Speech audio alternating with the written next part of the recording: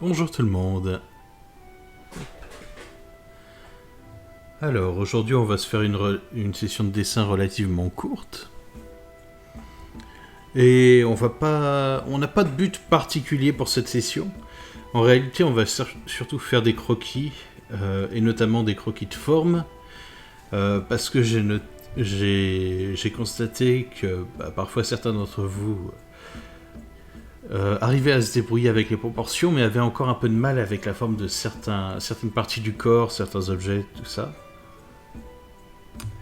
Donc aujourd'hui, on va se faire quelques petits entraînements sur les formes anatomiques. Hop.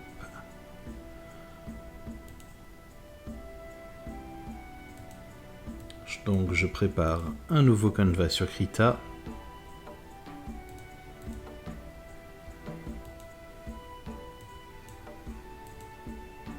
Hop.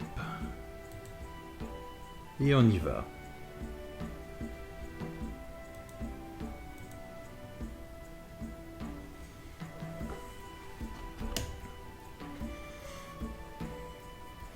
Donc aujourd'hui, ce sera vraiment la session de chill. Hein. On est vraiment juste là pour faire un peu de pratique.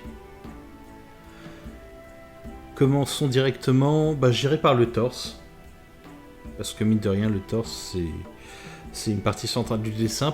Certains conseillent de le placer avant la tête. Et ça s'entend parfaitement à mon avis. Parce qu'en fait, c'est quand même... en plus d'être une feature centrale, ça donne le sens de basiquement toute la pose, en fait. Et alors, ce que je vous propose, c'est qu'on va partir de formes simples et aller vers des formes plus complexes. Alors, le torse, il y a plusieurs manières de le faire. En fait, tous les membres du corps, vous verrez qu'il y a plusieurs manières de le faire. Hop. Certains, par exemple, font une boîte pour la partie supérieure. Donc une boîte qui est plus profonde qu'elle est... Enfin non, qui est plus large et haute qu'elle est profonde. Et généralement c'est accompagné d'une deuxième boîte pour le bassin. Certains mettent aussi une sphère, hop, pour lier les deux. Pour le bassin et pour l'os du pelvis pour être précis. Alors ça c'est une manière de faire. D'autres ont aussi recours à une forme plutôt ovoïde pour la cage thoracique. Ça peut marcher aussi. Alors généralement on a aussi une forme en V en bas de cette forme ovoïde où on vient découper dedans parce que c'est globalement comme ça que se trouve la cage thoracique. Hein. C'est comme ça que les côtes sont arrangées.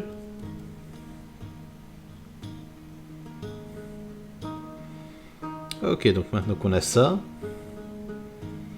on va aussi pouvoir couper globalement en deux ici. Et ça va être notre base pour tout ce qui est pectoraux. On va pouvoir continuer la ligne ici.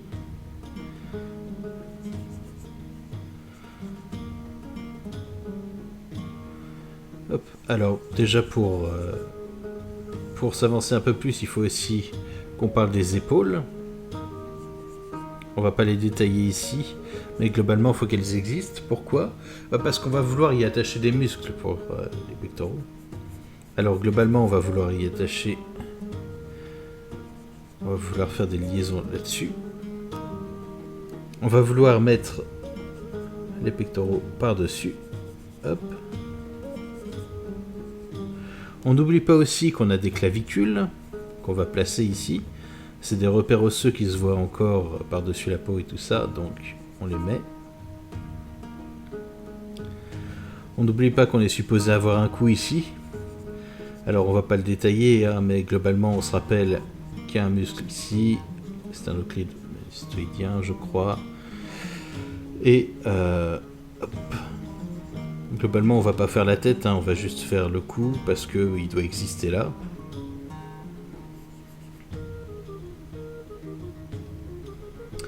Ok, donc maintenant on a quelque chose qui commence à ressembler à un truc. Alors, Là, on pourrait donner l'impression que j'ai fait un corps masculin. En réalité, le genre du corps va être principalement déterminé si vous mettez les seins par-dessus, parce qu'en fait, ils existent par-dessus, ou non. En l'occurrence, je vais pas en faire.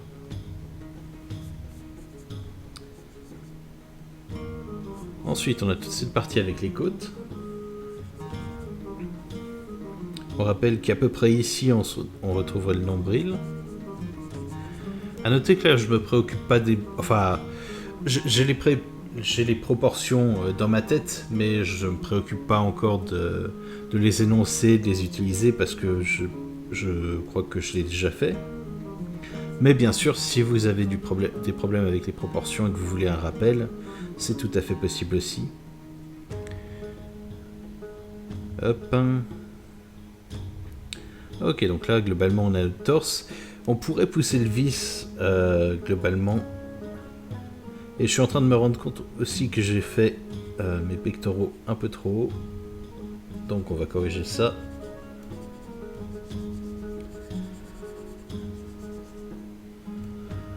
Hop.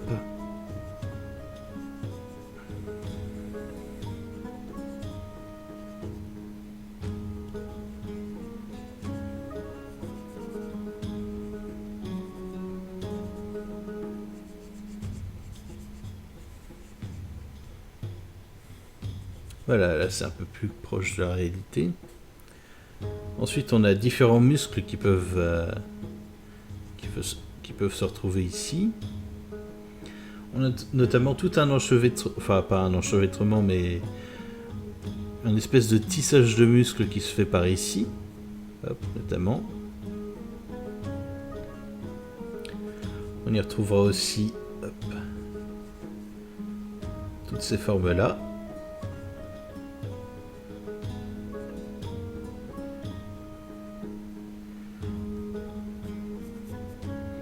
On a aussi des muscles qui sont ici.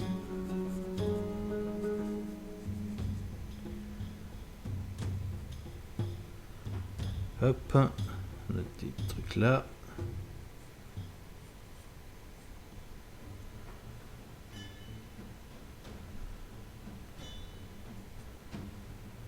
Bien sûr, plus bas, on aurait tout ce qui est muscles des jambes, des fesses et tout ça.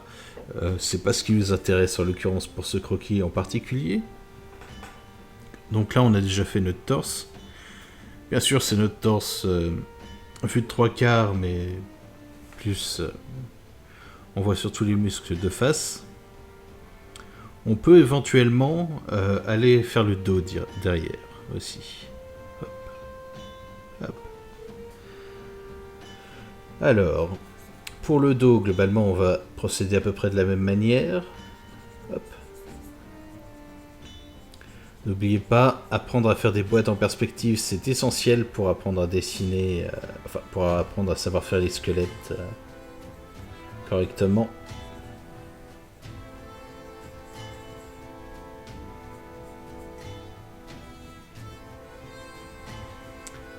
Ok, donc maintenant, on va faire vue de dos. Alors, pour le dos, il y a globalement... il y a globalement ces formes-là qu'on va retrouver.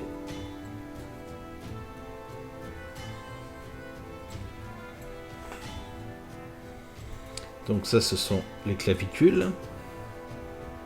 Bien sûr, on aura le cou qui sera là-dessous ici, qui sort de là.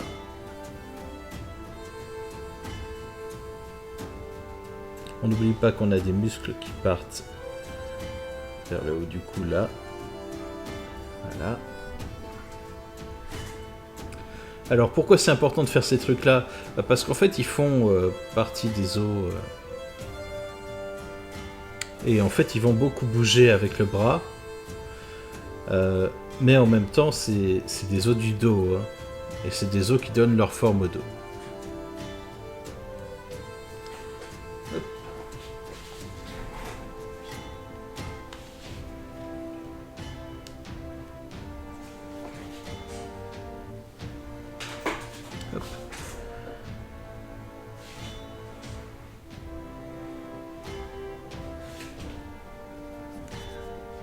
Voilà, pour être plus précis, ils ont un peu cette forme-là. Voilà. Donc globalement, il faudra prendre en compte ces formes-là quand vous faites un dos. Hop. Je fais juste un petit peu de clean-up sur les formes. Et voilà.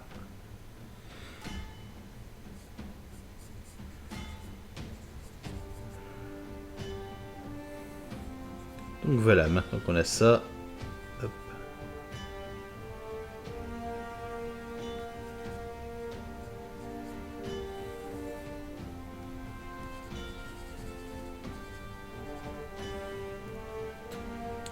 Ok, donc derrière on a tout ce qui est l'échine.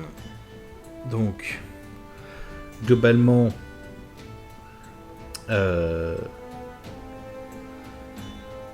déjà le dos va être comme ça en fait plutôt que comme ça,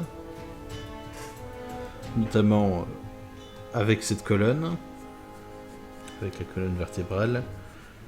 Hop. Donc là bien sûr en dessous on a les fesses.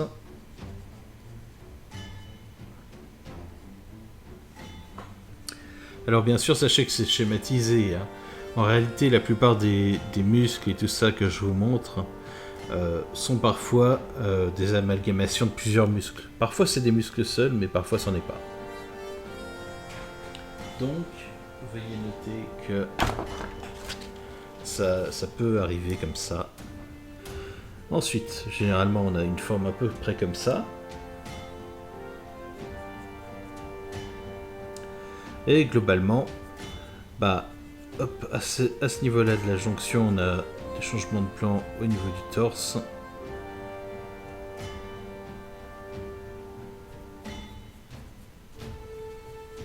Hop.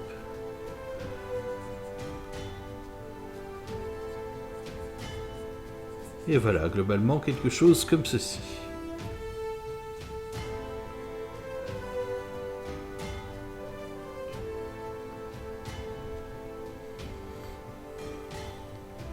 Continuons maintenant. Alors, on a fait le torse. Un autre truc qui va être extrêmement complexe, ça va être la tête aussi. Alors, je laisse le torse à l'écran quelques instants pour que vous puissiez prendre des captures d'écran ou autre, ou tout simplement pour que vous puissiez voir un peu plus ce qui peut vous manquer éventuellement. Maintenant, on va passer à la tête. Ok, donc comme on disait, la tête en termes de forme, elle est déjà composée d'une partie ovoïde. Voilà, donc la boîte crânienne, vraiment le haut du crâne.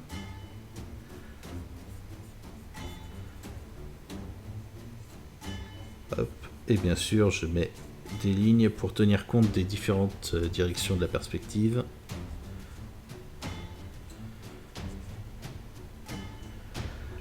Hop. Donc là, on peut voir les différents axes. Et maintenant, ce qu'on va faire, c'est qu'on va rajouter la mâchoire inférieure. Alors, si on prend notre tête comme les 2 tiers du visage, on va placer la mâchoire à 1 tiers. Et surtout, on va la placer dans la continuation du trait qu'on fait ici, en fait.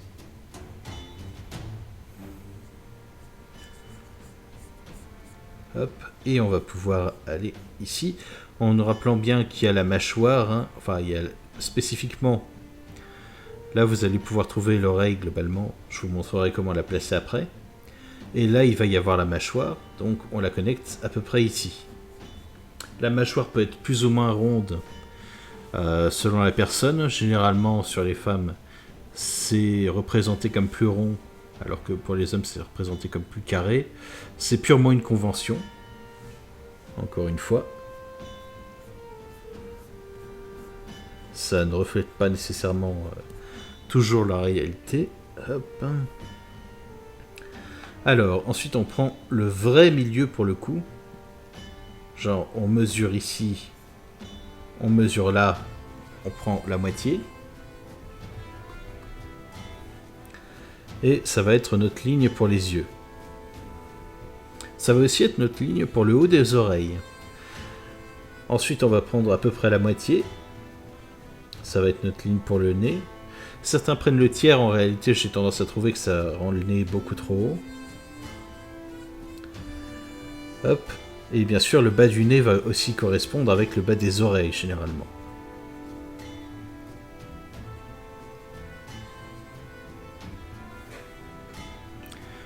Donc encore une fois, pour la forme des oreilles, hein, ça vaut le coup d'être zoomé. On y retrouve globalement une forme comme ça à l'extérieur. On y retrouve, hop, cette petite partie ici. On y retrouve ensuite une partie comme ça. Et en réalité, on y retrouve en fait un certain nombre de trucs un peu compliqués. Mais essentiellement, les formes peuvent être schématisées assez facilement.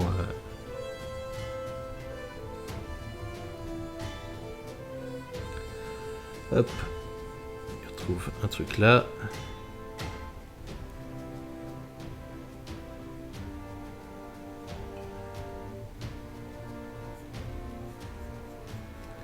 Hop, voilà, quelque chose comme ça.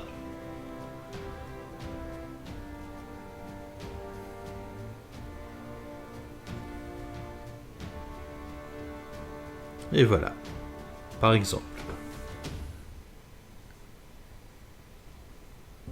Alors bien sûr, adapter le niveau de détail au reste du dessin, inutile de faire des oreilles ultra HD si votre dessin n'est pas, mais dites-vous que ça peut quand même rajouter pas mal de détails au dessin et pas mal de complexité aussi.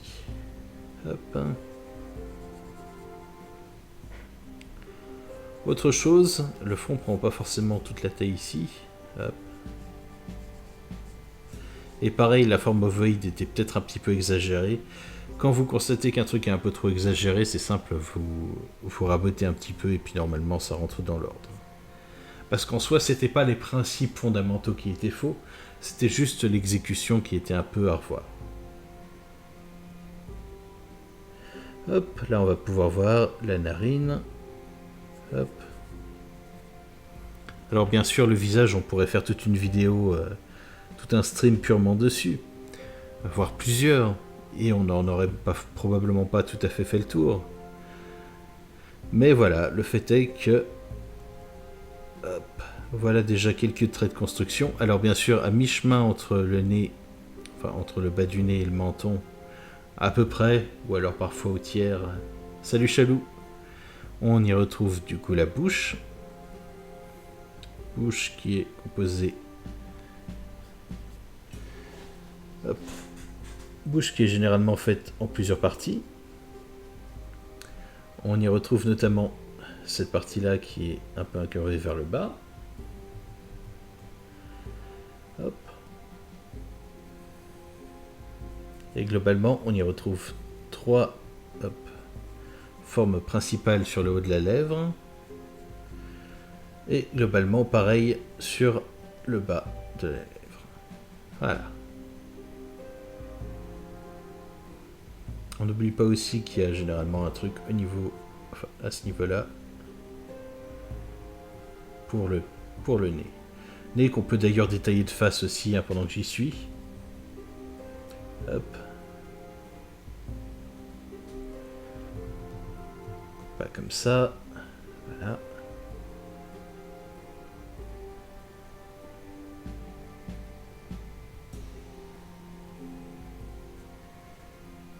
Voilà, globalement, on peut se dire que c'est plus ou moins comme ça. Et ben ça va très bien, et toi, Chalou? Aujourd'hui, on est en train de faire une séance un peu détente, où en fait je suis en train d'expliquer comment je décide de la forme des différents objets. Notamment parce que j'ai vu que Carny avait quelques petits problèmes avec ça, donc j'ai voulu aider un petit peu. Hop. Hop. Autre chose aussi qu'on peut voir, c'est que là, par exemple, j'ai pas mis les différents plans, mais on peut décomposer un peu plus en plans, en fait, le visage, c'est-à-dire que globalement, on retrouve un léger aplatissement à ce niveau-là. En fait, le truc est un peu plus carré qu'il n'y paraît. La boîte crânienne est un peu plus carrée qu'il n'y paraît. On y retrouve un changement de plan, hop, souvent ici. Pourquoi? Parce qu'en fait, on y retrouve... Il y a un muscle ici. Hop. On y retrouve aussi le muscle des joues.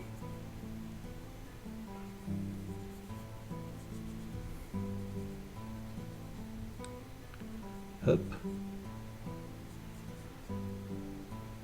Muscle du menton qui cause généralement un peu de relief aussi ici. Les lèvres évidemment. On retrouve aussi les tendons ici.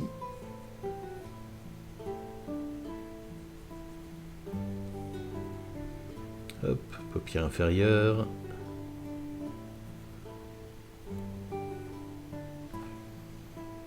Ah oui, avec tes dents.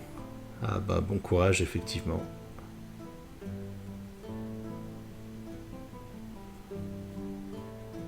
Donc voilà, on a globalement ces différents plans au niveau du visage. Souvent dans les traits qui sont accentués, hop, je vais me permettre de prendre une couleur.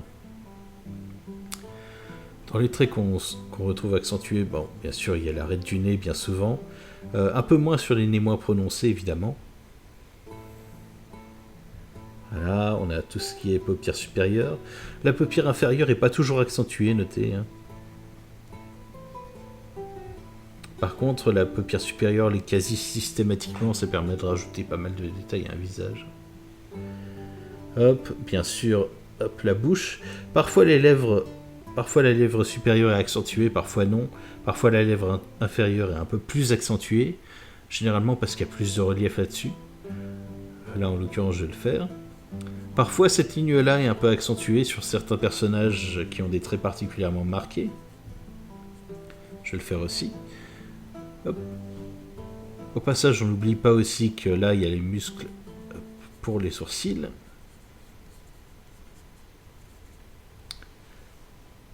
Qui sont rarement marqués comme tels, mais il y a généralement un changement de plan qu'on constate ici et là.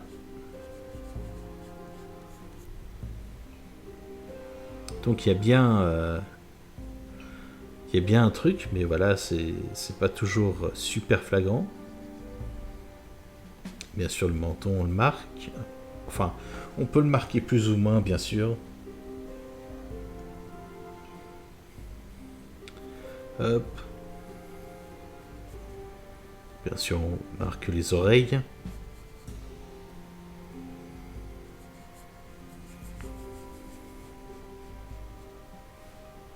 Hop. On peut éventuellement s'amuser à faire le cou. Encore une fois, avec les muscles là.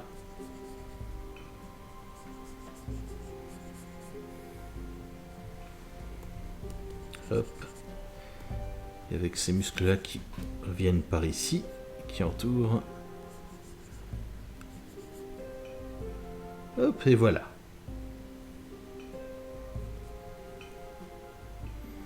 Voilà, donc généralement on peut faire comme ça.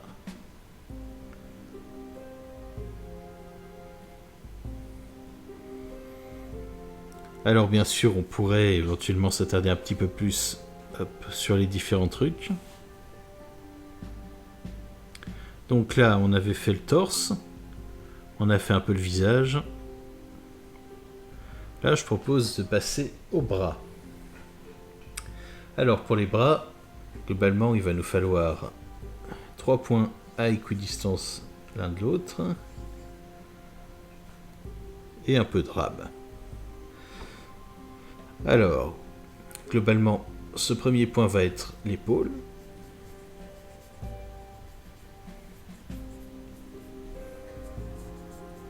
Hop. Là, on va avoir le bras et l'avant-bras. Bien sûr, ces points sont articulés et sont reliés par des os. Enfin... Et bien sûr, on a la main. En l'occurrence, la main fait globalement la moitié du... Enfin, fait la taille du visage. Donc la paume fait la moitié et tout ça. En l'occurrence, cette taille-là me paraît bien. Si ça se trouve, elle est incorrecte par rapport au reste du dessin, si jamais je venais à dessiner le reste de la figure, mais on s'en fout. Là, ici, on n'est pas là pour les proportions, on est là pour parler des formes. Alors, les formes qui vont définir le bras principalement, ça va être les muscles. Globalement, c'est simple. Et les membres en général, vous remarquerez que c'est globalement comme ça que ça marche. Globalement, une partie qui bouge beaucoup, il y a beaucoup de muscles. C'est simple. Alors, globalement, pour les muscles des bras, c'est là qu'on voit que les muscles sont particulièrement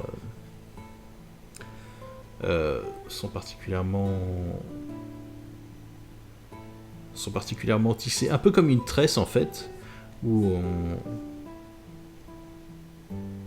Ouais, voilà. Si je venais à faire une tresse, quelque chose comme ça,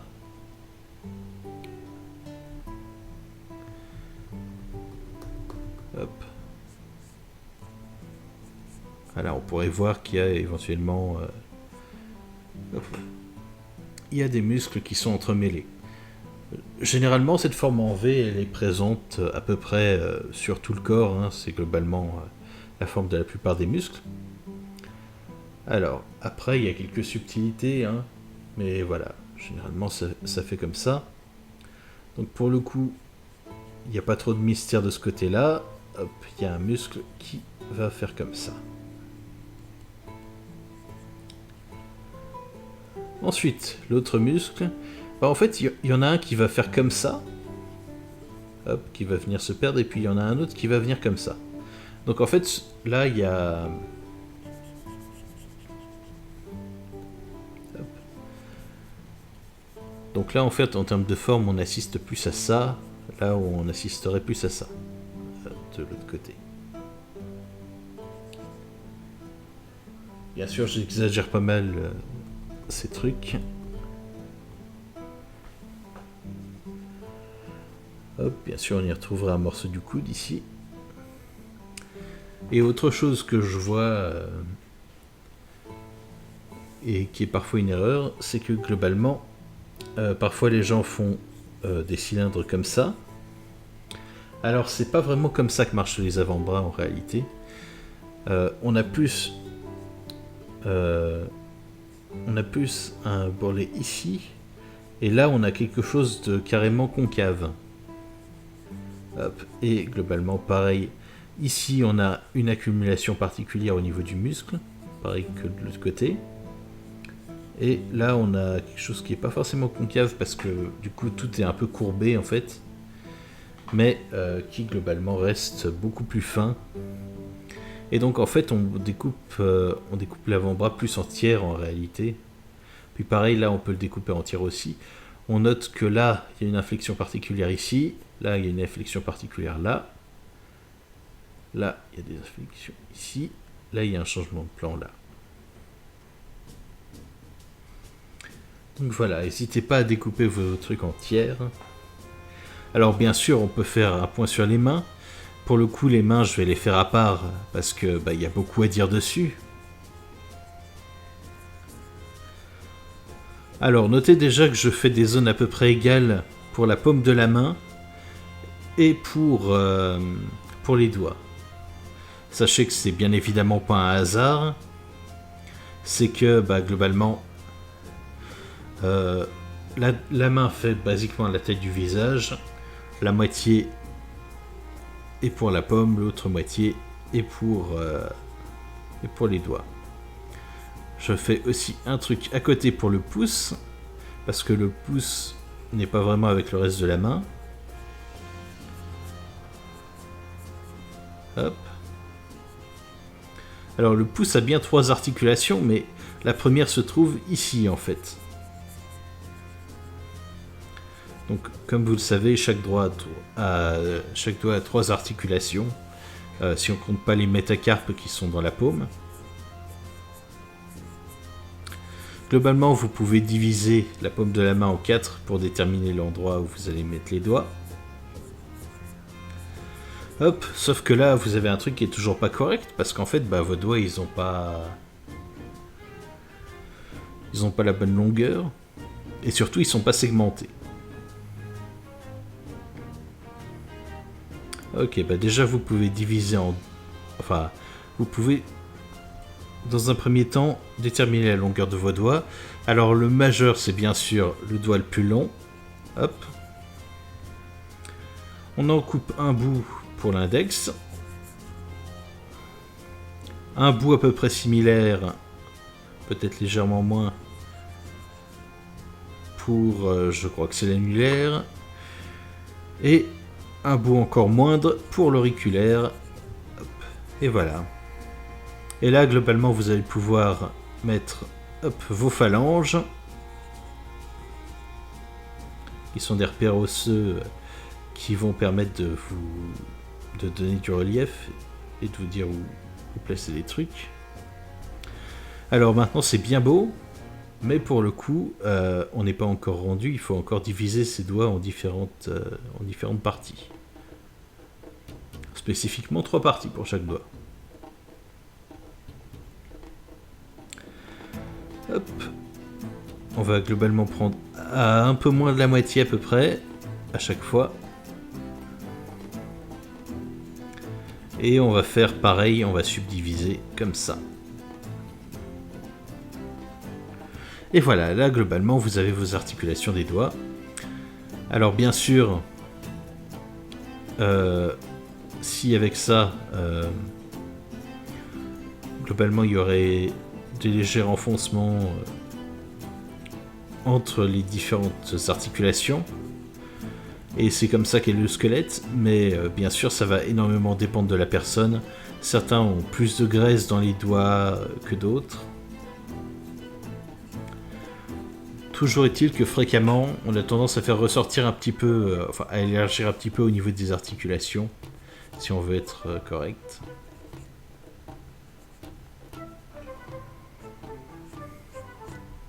Hop. Et voilà. Là, globalement, on a quelque chose qui correspond déjà bien à la forme de la main. Alors, encore une fois, la main est globalement aussi complexe en réalité que le reste du corps réuni. Je vais vous montrer globalement comment faire l'autre côté de la main, donc la paume. Alors je ne vais pas me préoccuper des doigts parce que pour le coup c'est pareil des deux côtés. Hein. Voilà. Je vais juste les schématiser vite fait comme ça.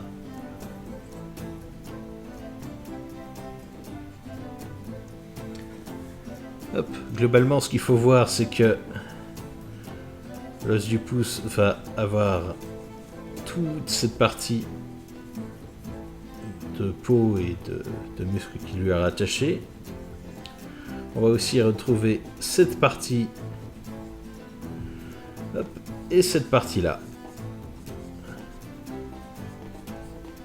Donc ça, c'est les 3 parties principales, parties particulièrement charnues de la main.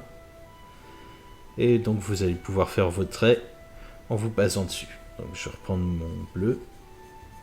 Généralement, on fait toujours à peu près cette ligne-là. On fait souvent au moins une indication de ligne ici.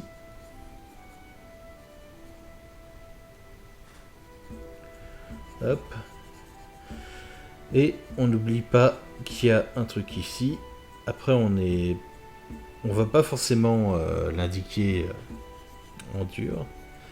Mais globalement, ça existe. Voilà. Alors bien sûr, la main, il y a de quoi en faire plusieurs streams. Et je vous invite à faire vos mains dans différentes poses. Là, j'ai pris une pose extrêmement neutre, extrêmement simple. Encore une fois, parce que je me préoccupe que de la forme. Je ne me préoccupe pas encore de trucs comme la pose ou autre. Mais il est évident qu'il y a des considérations à avoir pour ces différentes choses. Et voilà. Hop. Passons maintenant aux jambes. Et après, promis, c'est fini. Comme je vous ai dit, ce sera un stream relativement court. Encore une fois, on va prendre 3 parties équidistantes, enfin 3 points équidistants.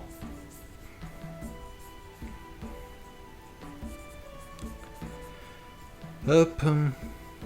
On va rajouter un petit trapèze ici, qui est plus tiré vers un côté. Et ça, globalement, ça va être notre jambe. Alors, pour la jambe. Bon, déjà, ce qu'il faut voir, c'est que le muscle... Enfin... Non, c'est même pas au muscle. En réalité, la partie commence à l'os. Et en fait, l'os... là, j'ai fait droit, j'aurais pas dû. Pourquoi ? Bah parce que l'os, en fait, il est un peu oblique dans la jambe. Hop, oblique. Enfin, il est pas mis exactement droit, en fait, quand on a la jambe droite. Parce qu'en fait, il y a le pelvis ici, que je vais pas détailler. Mais essentiellement, la jambe est pas...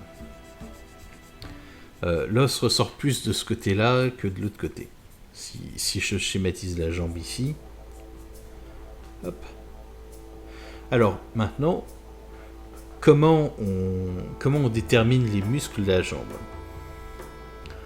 Bah déjà, une forme particulièrement importante pour la jambe, c'est bien sûr cette partie-là, qui est particulièrement définie. Ensuite, ce qu'il faut bien voir aussi, c'est que là, on a un os qui suit, mais on a bien sûr le muscle qui suit et qui vient s'attacher ici, globalement. Ensuite, on a un muscle qui vient par-dessous, et on a un muscle qui vient s'attacher là. Enfin, en réalité, une collection de muscles, hein, mais vous voyez l'idée.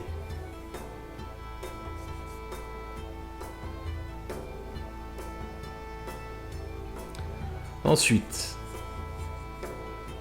bah là encore une fois on se retrouve avec différents muscles, mais on a particulièrement on a des parties particulièrement épaisses au niveau des muscles à cet endroit-là. Hop.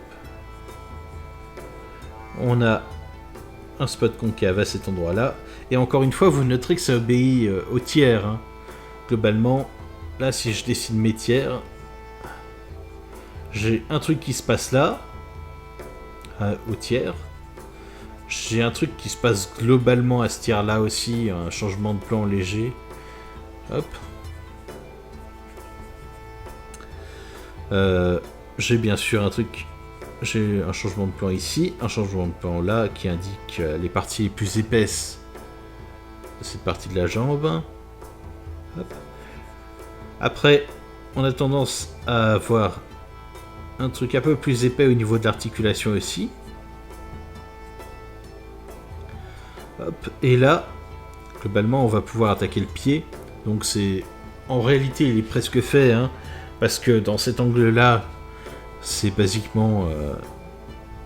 c'est plutôt simple pour le coup. Alors, on va commencer par le découper en tiers, grosso modo.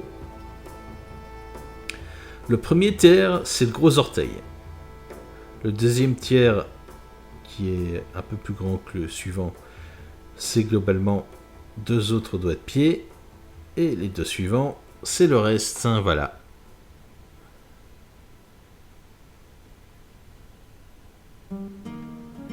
Et bien sûr, si on veut apprendre un peu plus sur les pieds, on va pouvoir aussi dessiner des boîtes. Hop, alors je dessine une boîte qui est plus grande d'un côté que de l'autre, parce que ça va me servir pour les pieds, et puis je dessine une petite partie en plus, qui va me servir pour les orteils. Je fais mes subdivisions sur ma boîte, ça me permet d'avoir le premier gros orteil, un second plus petit orteil, un troisième, un quatrième, un cinquième, qui lui pour le coup va être particulièrement petit. On n'oublie pas aussi qu'il y a des zones plus charnues que d'autres. En l'occurrence, on a des zones musclées ici et là, au niveau du talon. Donc il y a un creux ici. Hop.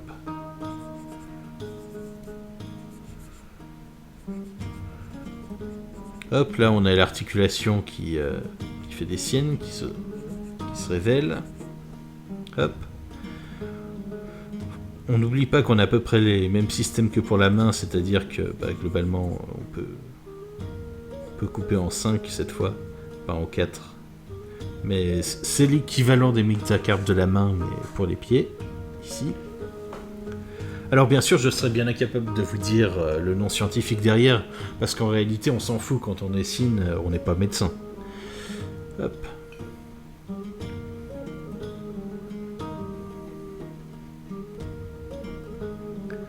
Mais voilà, globalement, on a à peu près toutes les parties du corps. Et on va pouvoir agencer ça de manière à peu près correcte. Hop.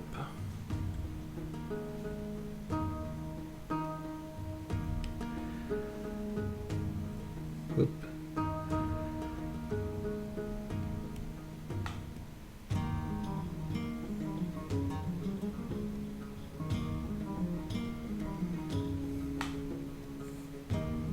Hop, on place tous les trucs sur leur propre endroit.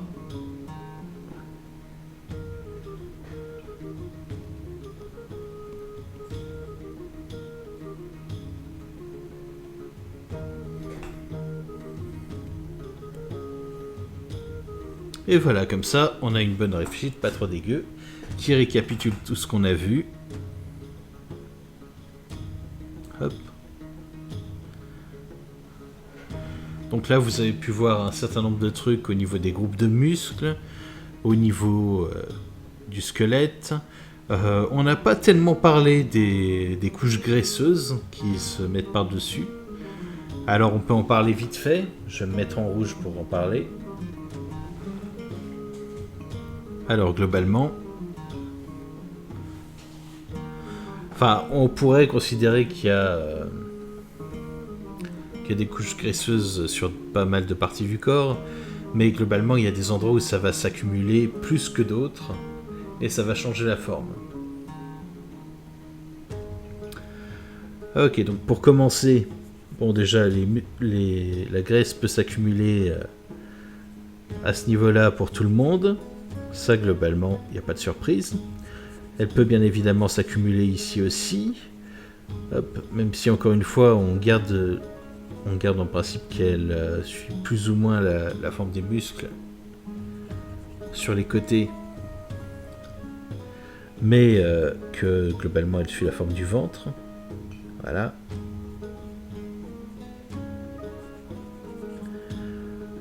Hop. Bien sûr, on va en retrouver pas mal au niveau du cou. Bien sûr, il faut aussi voir que par-dessus, si on a un personnage féminin, on peut avoir des seins. Les seins sont bien sûr plus développés pour un personnage plus charnu. Parce qu'il y a plus de graisse dedans aussi. Après, je réalise que tout le monde n'est pas forcément à égalité à ce niveau-là, même parmi les fans non plus. Ensuite, la graisse sur le bras. La graisse sur le bras, elle va avoir tendance à gommer un peu tout ce qui est contraste en fait. Alors tout juste, elle va épaissir cette partie-là et tout ça. Elle va pas tellement aller dans l'avant-bras en fait. Elle va surtout aller épaissir au niveau de l'articulation et globalement rendre tout ce qui est épaule, avant-bras et tout ça plus uni, plus harmonieux. Pareil, on n'en verra pas des masses dans les mains et les pieds, sauf que pour les mains, on les verra quand même pour les doigts. Hop.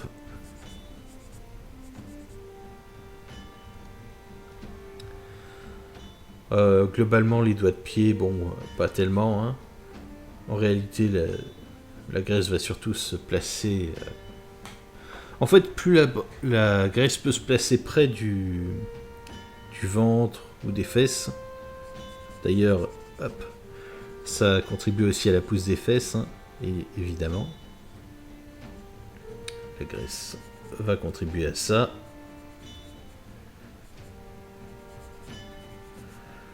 Hop.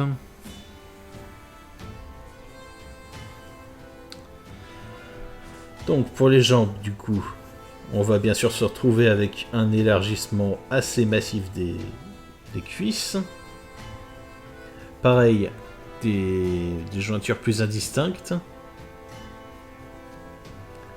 Hop, et globalement on va avoir un petit élargissement ici aussi, mais pas des masses.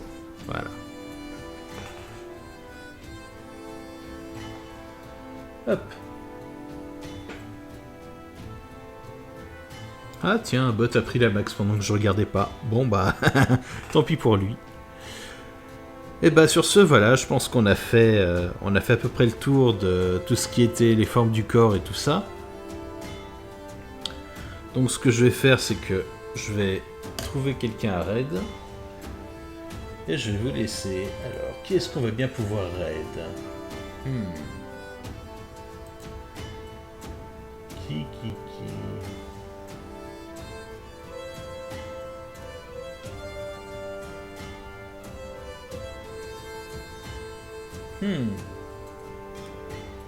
Ah bah il y a Sandres et Arushuna qui sont en collab. On va raid Sandres. Hop.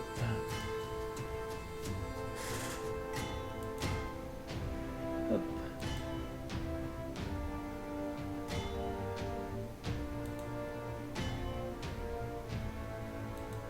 Hop. Et voilà.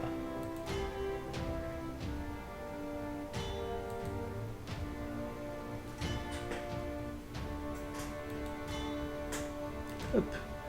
Et voilà, sur ce, je vous dis une très bonne journée et à bientôt.